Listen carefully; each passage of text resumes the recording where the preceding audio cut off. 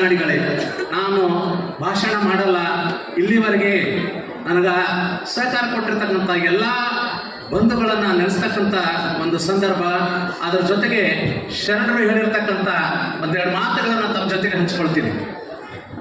ಬೆಚ್ಚನ ಮನೆ ಇರಲು, ಬೆಚ್ಚಕ್ಕೆ ಮಣ್ಣಿರಲು, ಇಚ್ಛೆಯನ್ನು ಅರಿತು ನಡೆಯುವ ಸತಿ ಇರಲು, ಸ್ವರ್ಗಕ್ಕೂ ನಡೀತಕ್ಕಂಥ ಸತಿ ಇದ್ರೆ ಸ್ವರ್ಗ ಎಲ್ಲೋ ಮೇಲದಂತ ಹೇಳ್ತಾರಲ್ಲ, ಅದೇ ಇಲ್ಲ, ಆ ಸ್ವರ್ಗ ಇಲ್ಲೇ ಇದೆ, ನಮ್ಮ ಜೊತೆಯಲ್ಲೇ ಇರ್ತಕ್ಕಂಥ ವಿಚಾರವನ್ನ ಸರ್ವಜ್ಞನ ಹೇಳಿದ್ದಾರೆ. ಅದನ್ನ ಮುಂದುವರೆದು ಒಂದು ಮಾತನ್ನು ಹೇಳ್ತೀನಿ. ಇಚ್ಛೆಯನ್ನು ಅರಿತು ನಡೆಯುವ ಸತಿ ಹಾಗೂ ಸದಾ ಒಳಿತನ್ನೇ ಬಯಸುವ ಶಿಷ್ಯ ಬಳಗ ಮತ್ತು ಅಭಿಮಾನಿ ಬಳಗ ನನ್ನ ಜೊತೆ ಇರುವಾಗ ಸ್ವರ್ಗದಲ್ಲಿ ನಾನು ಇದ್ದಿದ್ದೀನಿ, ಜೀವನವನ್ನು ಮಾಡ್ತಾ ಇದ್ದೀನಿ ಅಂತಕ್ಕಂಥ ಮಾತನ್ನು ಈ ಸಂದರ್ಭದಲ್ಲಿ ಹೇಳಲಿಕ್ಕೆ ಇಷ್ಟಪಡ್ತೀನಿ. ಇದರ ಜೊತೆಗೆ ಇನ್ನೊಂದು ಅಣ್ಣ ಬಸವಣ್ಣನವರ ಒಂದು ಮಾತನ್ನು ಈ ಸಂದರ್ಭದಲ್ಲಿ ಹೇಳ್ತೀನಿ. ಇವನಾರವನೆ ಅಂತ ಎಣಿಸದಿರಯ್ಯ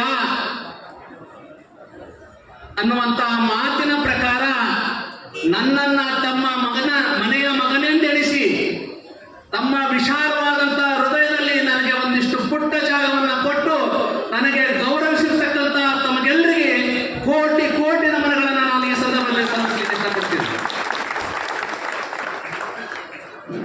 ಹಾಗೂ ನಾನು ಸೇವೆಗೆ ನೇಮಕವಾದಾಗಿನಿಂದ ಹಿಡಿದು ನಿವೃತ್ತಿಯವರೆಗೂ ನನಗೆ ಸಹಕಾರ ಕೊಟ್ಟಿರ್ತಕ್ಕಂಥ ತಾಲೂಕಾ ಆಗಿರ್ಬೋದು, ಜಿಲ್ಲೆಯ ಎಲ್ಲ ಇಲಾಖಾ ಅಧಿಕಾರಿಗಳು ಮತ್ತು ನನ್ನ ಸಿಬ್ಬಂದಿ ವರ್ಗದವರು, ನನ್ನ ಇಲಾಖೆಯಲ್ಲಿ ಕೆಲಸ ಮಾಡತಕ್ಕಂಥ ಎಲ್ಲ ಶಿಕ್ಷಕ ವೃಂದದವರು ಮತ್ತು ನನ್ನ ಒಡನಾಡಿಗಳು, ಹಿತೈಷಿಗಳು, ಅಭಿಮಾನಿಗಳು, ಶಿಕ್ಷಕರೆಲ್ಲರೂ ನನಗೆ ಸಹಕಾರ ಕೊಟ್ಟಿದ್ದಕ್ಕಾಗಿ ನನ್ನ ಸೇವೆಯನ್ನು ಯಶಸ್ವಿಯಾಗಿ ಮಾಡಲಿಕ್ಕೆ ಸಾಧ್ಯ ಆಗಿದೆ. ಸೊ ಆ ಕಾರಣಕ್ಕಾಗಿ ತಮಗೆಲ್ಲರಿಗೂ ಕೂಡ ಈ ಒಂದು ಸಂದರ್ಭದಲ್ಲಿ ನಾನು ಹೃತ್ಪೂರ್ವಕವಾದಂತಹ ಅಭಿನಂದನೆಗಳನ್ನು ಸಲ್ಲಿಸ್ತೇನೆ. ಅದೇ ರೀತಿಯಾಗಿ ನಾನು ಇಲಾಖೆ ಸೇವೆ ಅಲ್ಲದೇನೆ ಸಂಘಟನೆಯಲ್ಲಿದ್ದಾಗ, ಶಿಕ್ಷಕರ ಸಂಘದಲ್ಲಿದ್ದಾಗ ನಾವು ಮುಂಜಾನೆ 7 ಗಂಟೆಗೆ ಮನೆಯಿಂದ ಹೊರಗೋದ್ರ ರಾತ್ರಿ ಬರೋದು 12 ಆಗ್ತಿತ್ತು, ಒಮ್ಮೆ 1 ಗಂಟೆನ ಆಗ್ತಿತ್ತು. ಇಷ್ಟೆಲ್ಲ ಸಮಯವನ್ನು ನಾನು ನಮ್ಮ ಶಿಕ್ಷಕರಿಗಾಗಿ ನಾನು ಕಳೆದಾಗ ನಮ್ಮ ಮನೆಯಲ್ಲಿ ಅದಕ್ಕೆ ಬೇಜಾರು ಮಾಡ್ಕೊಳ್ಳೋದನ್ನೇ ನನಗೆ ಸಹಕಾರ ಕೊಟ್ಟದಕ್ಕಾಗಿ ನಾನು ತಮ್ಮ ಎಲ್ಲರ ಸೇವೆಯನ್ನು ಮಾಡಲಿಕ್ಕೆ ನನಗೆ ಸಾಧ್ಯ ಆಗಿದೆ. ಜೊತೆಗೆ ನಮಗೆ ಸಕಾಲಕ್ಕೆ ಊಟವನ್ನು ಕೊಟ್ಟು ಸಹಕಾರ ನೀಡಿದರೆ ಅಂದಾಗ ಮಾತ್ರ ನನ್ನ ಆರೋಗ್ಯ ಈ ರೀತಿ ಚೆಂದಾಗಿರ್ಲಿಕ್ಕೆ ಸಾಧ್ಯ ಇದೆ. ಅದಕ್ಕಾಗಿ ಮತ್ತೆ ಈ ಕಾರ್ಯಕ್ರಮವನ್ನ ಆಯೋಜನೆ ಮಾಡಿರ್ತಕ್ಕಂಥ ಅಭಿನಂದನಾ ಸಮಿತಿಯ ಎಲ್ಲ ಪದಾಧಿಕಾರಿಗಳು, ಶಿಷ್ಯ ಬಳಗ, ಅಭಿಮಾನಿ ಬಳಗ ಈ ರೀತಿಯ ಒಂದು ಭವ್ಯವಾದಂತಹ ಕಾರ್ಯಕ್ರಮವನ್ನ ಮಾಡಿ ಈ ಕಾರ್ಯಕ್ರಮವನ್ನ ಎಲ್ಲ ಅಭಿಮಾನಿಗಳಿಗೆ ತುಂಬು ಹೃದಯದ ಅಭಿನಂದನೆಗಳನ್ನು ಸಲ್ಲಿಸಿ ನನ್ನ ಮಾತಿಗೆ ವಿರಾಮವನ್ನು ಕೊಡ್ತೀನಿ. ಎಲ್ರಿಗೂ ನಮಸ್ಕಾರ. ಶಿವಲಿಂಗಪ್ಪ ಹೆಬ್ಬಾಳ್ಕರ್ ಸರ್ ಅವರ ವಯೋ ಸಹಜ ನಿವೃತ್ತಿಯನ್ನು ಹೊಂದಿರತಕ್ಕಂಥ ಈ ಸಂದರ್ಭದಲ್ಲಿ ನಿಜವಾಗ್ಲೂ ಕೂಡ ಭಾಳ ಸಂತೋಷ ಆಗ್ತಾ ಇದೆ. ಅವರ ಶಿಷ್ಯ ವೃಂದ ಅತ್ಯಂತ ಅಲ್ಪ ಸಮಯದಲ್ಲಿನೇ ಇಂಥ ಒಂದು ಬೃಹತ್ ಆದಂಥ ಪ್ರಜ್ಞಾಶೀಲ ಅನ್ನುವಂಥ ಒಂದು ಗ್ರಂಥವನ್ನು ಮಾಡುವುದರ ಮೂಲಕ ಅವರಿಗೆ ಗುರುಕಾಣಿಕೆಯನ್ನು ಕೊಟ್ಟಿದ್ದಾರೆ. ಆ ಎಲ್ಲ ಬಳಗಕ್ಕೆ ನಾನು ಮೊದಲನೇದಾಗಿ ವಂದನೆಗಳನ್ನು ಸಲ್ಲಿಸ್ತೇನೆ. ಬಂಧುಗಳೇ, ನಾನು ಸುಮಾರು 80ರ ದಶಕದ ಮಾತನ್ನು ಹೇಳಕ್ಕೆ ಇಷ್ಟಪಡ್ತೀನಿ. 84, 83, 84ರ ಆ ಸಂದರ್ಭ, 84ರಲ್ಲಿ ನಾವು ಶಹಾಬಾದ್ನಲ್ಲಿ ದಲಿತ ಸಂಘರ್ಷ ಸಮಿತಿಯನ್ನು ಆರಂಭ ಮಾಡಿರ್ತಕ್ಕಂಥ ಆ ದಿನಗಳಲ್ಲಿ ಶಿವಲಿಂಗಪ್ಪರು ಭಾಳ ಚಿಕ್ಕವರಿದ್ದರು. ಅವಾಗಿನ ಹೈಸ್ಕೂಲ್ ಓದ್ತಿದ್ದರು. ಬಹುಶಃ ನಾವು ಇಬೇಲ್ ಕಾಲನಿಯಲ್ಲಿ ಇದ್ದೆವು. ನಾನು ಕೂಡ ಇಬೇಲ್ ಕಾಲನಿಯಲ್ಲಿದ್ದೆ, ಅವರು ಇಬೇಲ್ ಕಾಲನಿಯಲ್ಲಿ ವಾಸ ಮಾಡ್ತಿದ್ದರು. ಅವರ ತಂದೆ ಹಾಜಪ್ಪ ಹೆಬ್ಬಾಳ್ಕರ್ ಅವರು. ಈ ಶಹಾಬಾದಿನ ವಾತಾವರಣ ಹೆಂಗಿತ್ತು ಆ ಸಂದರ್ಭದಲ್ಲಿ ಅಂತ ಹೇಳಿದ್ರೆ, ಮಗನಿಗೆ ತಂದೆ ತಾಯಿನೇ ಹೇಳ್ತಿದ್ರು, ಮಗ ಈ ವರ್ಷ 10ನೇ ನೀ ಫೇಲ್ ಆಗಬೇಕು ಅಂತ. 1 ವರ್ಷ 10ನೇ ಫೇಲ್ ಆಗಬೇಕು, ಆಮೇಲೆ ಪಾಸ್ ಆಗಬೇಕು. ಯಾಕೆ ಹೇಳ್ತಿದ್ರು ಅಂತ ಹೇಳಿದ್ರೆ, ಈ ನಗರದಲ್ಲಿ 2 ಬೃಹತ್ ಆದಂಥ ಕಾರ್ಖಾನೆಗಳು, ಒಂದು ACC ಕಂಪ್ನಿ, ಇನ್ನೊಂದು ABL ಕಂಪ್ನಿ. 10ನೇ ಫೇಲ್ ಆದವರಿಗೆ ಅಲ್ಲಿ ಮಜ್ದೂರ್ ಕೆಲಸ ಕೊಡ್ತಿದ್ರು ಕಂಪ್ನಿಯಲ್ಲಿ, ತಂದೆ ಹೆಸರಿನ ಮೇಲೆ, ತಂದೆ ನಂಬರ್ ಹೆಸರಿನ ಮೇಲೆ. ಯಾರು ತಂದೆಯಲ್ಲಿ ಕಂಪ್ನಿ ಕೆಲಸ ಮಾಡ್ತಾರೋ ಅವ್ರ ಮಕ್ಕಳು ಕನಸು ಹೆಂಗೆ ಕಾಣ್ತಿದ್ರು ಅಂದ್ರೆ, ನನ್ನ ಮಗ 10ನೇ ಫೇಲ್ ಆದರೂ ಸಾಕು, ಆಮೇಲೆ ಪಾಸ್ ಆಗಿ ಕಾಲೇಜ್ ಮಾಡೋದು ಬೇಡ, ಏನು ಮಾಡೋದು ಬೇಡ. ಇಲ್ಲ 10ನೇ ಪಾಸ್ ಆದ್ರು ಅಂತಂದ್ರೆ ತಂದೆ ತಾಯಿ ಕಷ್ಟಪಟ್ಟು ಯಾರೋ ಆಫೀಸರ್ಗಳಿಗೆ ಕೈ ಕಲ್ಬಿದ್ದು ಅಪ್ರೆಂಟಿಸ್ ಹಚ್ತಿದ್ರು. ಫ್ರೆಷರ್ ಟ್ರೈನಿಂಗ್, ಅದು 3 ವರ್ಷ ಟ್ರೈನಿಂಗ್, ಅದು ಈಕ್ವಲೆಂಟ್ ಟು ITI. ಯಾಕಂದರೆ ಅಲ್ಲಿ ಅಪ್ರೆಂಟಿಸ್ ಮಾಡೋದಂದ್ರೆ ನನ್ನ ಮಗ ಅಲ್ಲೇ ನೌಕರಿ ಮಾಡಲಿ ಅಂತಕ್ಕಂಥದ್ದು. ಶಿವಲಿಂಗಪ್ಪ ಅವರು ಕೂಡ 3 ವರ್ಷ ಅಲ್ಲಿ ಅಪ್ರೆಂಟಿಸಿಪ್ ಮಾಡಿದ್ದಾರೆ. ಅಪ್ರೆಂಟಿಸಿಪ್ ಮಾಡಿ ಆದಮೇಲೆ ನಮ್ಮ ಸಂಪರ್ಕ ಬಂದಮೇಲೆ ದಲಿತ ಸಂಘರ್ಷ ಸಮಿತಿ ಚಳವಳಿಯಲ್ಲಿ ನಾವು ಆರಂಭ ಆದಮೇಲೆ ಮೊದಲಲ್ಲಿ ಕಾಲನಿಯಲ್ಲಿ ಸುಮಾರು ಒಂದು 40 ಕುಟುಂಬಗಳು ನಮ್ಮ ಕುಟುಂಬಗಳಿದ್ದು, ಆ ಕುಟುಂಬಗಳು ಸೇರಿ ಪ್ರತಿ ವರ್ಷ ಏಪ್ರಿಲ್ 14 ಬಾಬಾ ಸಾಹೇಬರ ಜಯಂತಿ ಮಾಡ್ಬೇಕಂತ ಹೇಳಿದ್ರೆ ಶಿವಲಿಂಗಪ್ಪ ಅವರೇ ಅದಕ್ಕೆ ಕಾರಣ. ಅಂದರೆ ಪ್ರತಿ ಮನೆಗೆ ತಿರುಗಿ ಇಂಥ ದಿವಸ ಕಾರ್ಯಕ್ರಮ ಇದೆ, ಇಂಥವ್ರ ಮನೆ ಟೆರೆಸ್ ಮೇಲಿದೆ, ದಯವಿಟ್ಟು ಬರಬೇಕು ಅಂತೇಳಿ. ಆ ಕಂಪನಿ ಕಾಲನಿ ಹೆಂಗಿದೆ ತಾವೆಲ್ಲ ನೋಡಿದ್ದೀರಿ, 3 ಅಂತಸ್ತಿನದು, ಏರ್ಬೇಕು ಇಳಿಬೇಕು ಏರ್ಬೇಕು ಇಳಿಬೇಕು. ಚಿಕ್ಕ ಹುಡುಗ ಏನೇ ಕೆಲಸ ಕೊಟ್ಟರು ಕೂಡ ಭಾಳ ಜವಾಬ್ದಾರಿಯಿಂದ ಮಾಡ್ಕೊಂಡು ಬಂದಿರತಕ್ಕಂಥ ಶಿವಲಿಂಗಪ್ಪನವರು ಮುಂದೆ ಅವ್ರ ಅಪ್ರೆಂಟಿಸ್ ಮುಗಿದ ಮೇಲೆ ಏನು ಮಾಡಬೇಕು ಅಂತೇಳಿ ತೋಚದೆ ಮನೇಲಿ ಇರ್ತಕ್ಕಂಥ ಸಂದರ್ಭದಲ್ಲಿ ನಾವು ಒಂದು ಸಲಹೆಯನ್ನು ಕೊಟ್ಟಿವಿ, TCH ಮಾಡಬೇಕು, TCH ಮಾಡೋಣ ಅಂತೇಳಿ ಅಡ್ಮಿಷನ್ ಮಾಡಿದಾಗ ಬಹುಶಃ ನಮ್ಮ ಹಾಜಪ್ ಕಾಕವ್ರ ಸೀಟು ಕೂಡ ಮಾಡಿದ್ರು ಅಂತ ನನಗೆ ಗೊತ್ತಿದೆ. ಯಾಕೆ ಇದೆಲ್ಲ ಮಾಡ್ತಾಯಿದ್ದೀವಿ, ನಾನು ನೌಕರಿ ಹಚ್ಬೇಕು ಕಂಪನಿಯಾಗ ಅಂತೀನಿ, ಹೋಗಿ ಮಾಸ್ಟರ್ ಆಗ್ತೀನಿ ಅಂತೆಲ್ಲ ಅಂತೇಳಿ ಅವರು ಯಶಸ್ವಿಯಾಗಿ ಅವರ TCHನ ಮುಗಿಸಿ ಸರ್ಕಾರಿ ಸೇವೆಯನ್ನು ಸಲ್ಲಿಸಿ ಇವತ್ತು 36 ವರ್ಷಗಳ ಸುದೀರ್ಘ ಈ ಅವಧಿ ಇದೆ. ಎಲ್ಲ ನನಗೆ ನಂಬಲಿಕ್ಕೆ ಆಗ್ತಾ ಇಲ್ಲ, 36 ವರ್ಷ ಸೇವೆ ಆಯ್ತಾ ಇರೋದು ಅಂತ ಹೇಳಿ.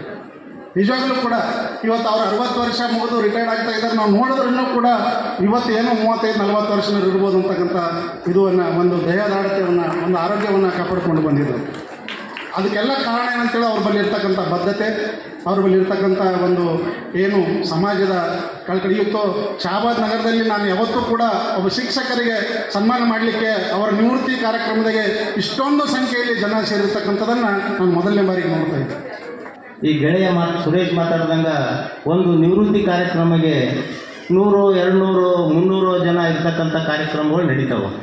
ಇವತ್ತು ವಿಶೇಷವಾಗಿ ಮತ್ತು ಅದು ಲೇಟ್ ಆದರೂ ಕೂಡ ಯಾರೂ ತೊಂದರೆ ಇಲ್ಲದಂಗೆ ಶಿವಲಿಂಗಪ್ಪ ಮಾಸ್ಟ್ರವರ ಕಾರ್ಯಕ್ರಮದಲ್ಲಿ ಪಾಲ್ಗೊಂಡು ಅವರ ಅಭಿನಂದನೆ ಗ್ರಂಥವನ್ನು ಬಿಡುಗಡೆ ಮಾಡ್ತಕ್ಕಂಥದ್ದು ಮತ್ತು ಅವ್ರ ಬಗ್ಗೆ ಮಾತಾಡ್ತಕ್ಕಂಥದ್ದು ಇದು ಭಾಳ ಅಪರೂಪದ ಕಾರ್ಯಕ್ರಮ ಅಂತ ನನಗನ್ನಿಸ್ತದೆ. ಯಾಕಂದರೆ ನಿವೃತ್ತಿ ಶಿಕ್ಷಕರಿಗೆ, ಯಾಕಂದರೆ ನಿವೃತ್ತಿ ಅನ್ನೋದಿಲ್ಲ, ಸರ್ಕಾರ ನಿವೃತ್ತಿ ಕೊಡ್ತದೆ.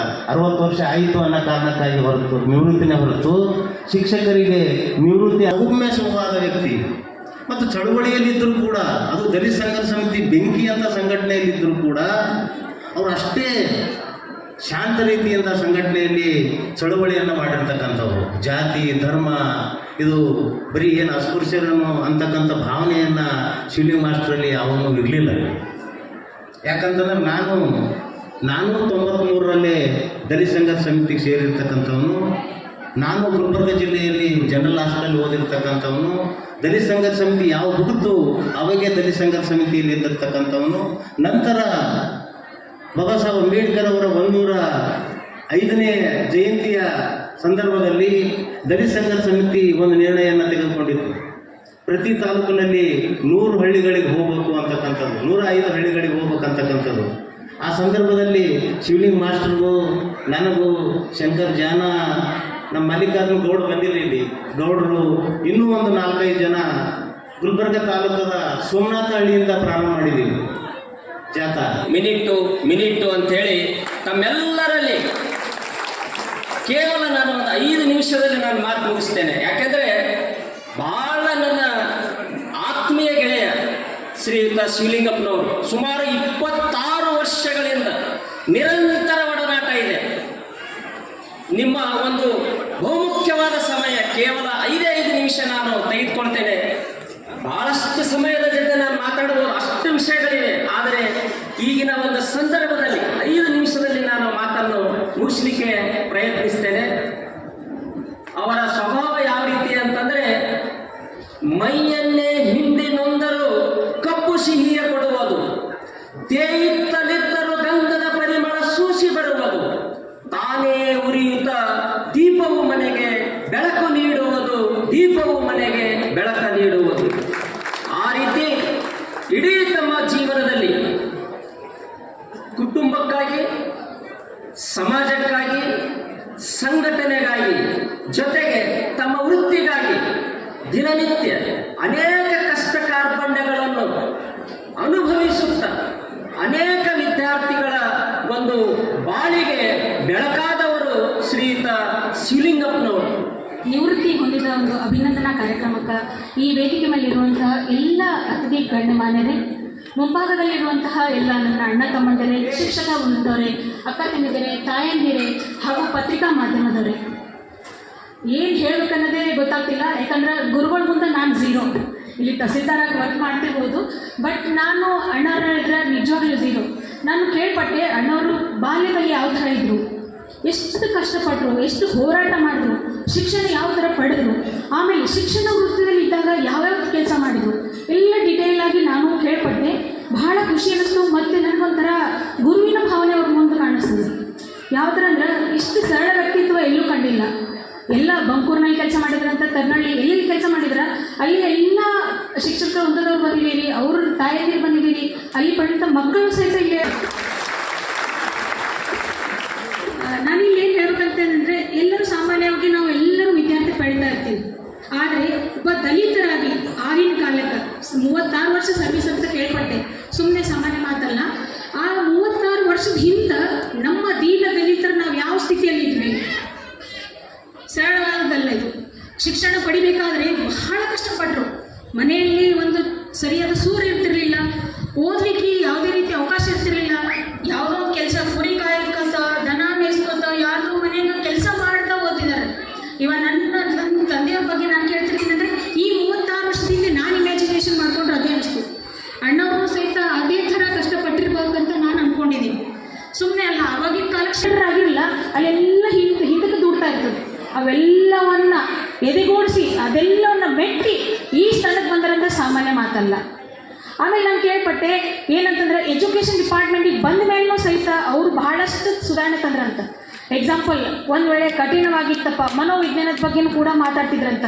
ಏನಂದ್ರೆ, ಒಂದು ವೇಳೆ ಮಕ್ಕಳಿಗೆ ಹೇಳ್ಕೊಳಕ್ಕೆ ಆಗ್ತಿರಲ್ಲ, ಹಿಂಜರಿತಿರ್ತಾರೆ, ಯಾವುದೋ ಒಂದು ವಿಷಯ ಸಬ್ಜೆಕ್ಟ್ನಾಗ ವೀಕ್ ಇರ್ತಾರೆ, ಯಾವುದರದ ಒಂದು ಹುಷಾರಿರ್ತಾರೆ, ಯಾವುದೋ ಒಂದು ಹೇಳ್ಕೊಳಕ್ಕೆ ಬರ್ತಿರಲ್ಲ, ಆ ಮಕ್ಕಳನ್ನ ಐಡೆಂಟಿಫೈ ಮಾಡಿ ಆ ಮಕ್ಕಳಿಗೆ ಯಾವ ಥರ ಸರಳೀಕರಣ ಮಾಡಿ ಸೈಕಾಲಜಿಕಲ್ ಸ್ಟಡಿ ಅಂತಾರಲ್ಲ ಆ ಥರ ಅಣ್ಣನವ್ರು ಮಾಡಿ ಮಕ್ಕಳಿಗೆ ವಿದ್ಯಾಭ್ಯಾಸ ಕೊಟ್ಟಿದ್ರಂತ. ಸರಳವಾದ ಮಾತಲ್ಲ. ಎಲ್ಲರೂ ನಾವು ಶಿಕ್ಷಕರಾಗ್ತೀವಿ, ನೆಟ್ ಸೆಟ್ ಏನೇನದ ನೀವೆಲ್ಲ ಬರೆದು ಶಿಕ್ಷಕರಾಗಿದ್ದೀರಿ. ಎಷ್ಟೋ ಜನ ಶಿಕ್ಷಕರು ನಮ್ಮ ಆಫೀಸಿಗೆ ಬರ್ತಿರ್ತೀರಿ, ನಾನು ನೋಡ್ತಿರ್ತೀನಿ. ಬಟ್ ಅದನ್ನು ಸರಳೀಕರಣ ಮಾಡಿ ಮಕ್ಕಳಿಗೆ ಎಲ್ಲರಿಗೂ ಒಂದೇ ಪಾಠ ಇರ್ತದೆ, ಎಲ್ಲ ಪುಸ್ತಕ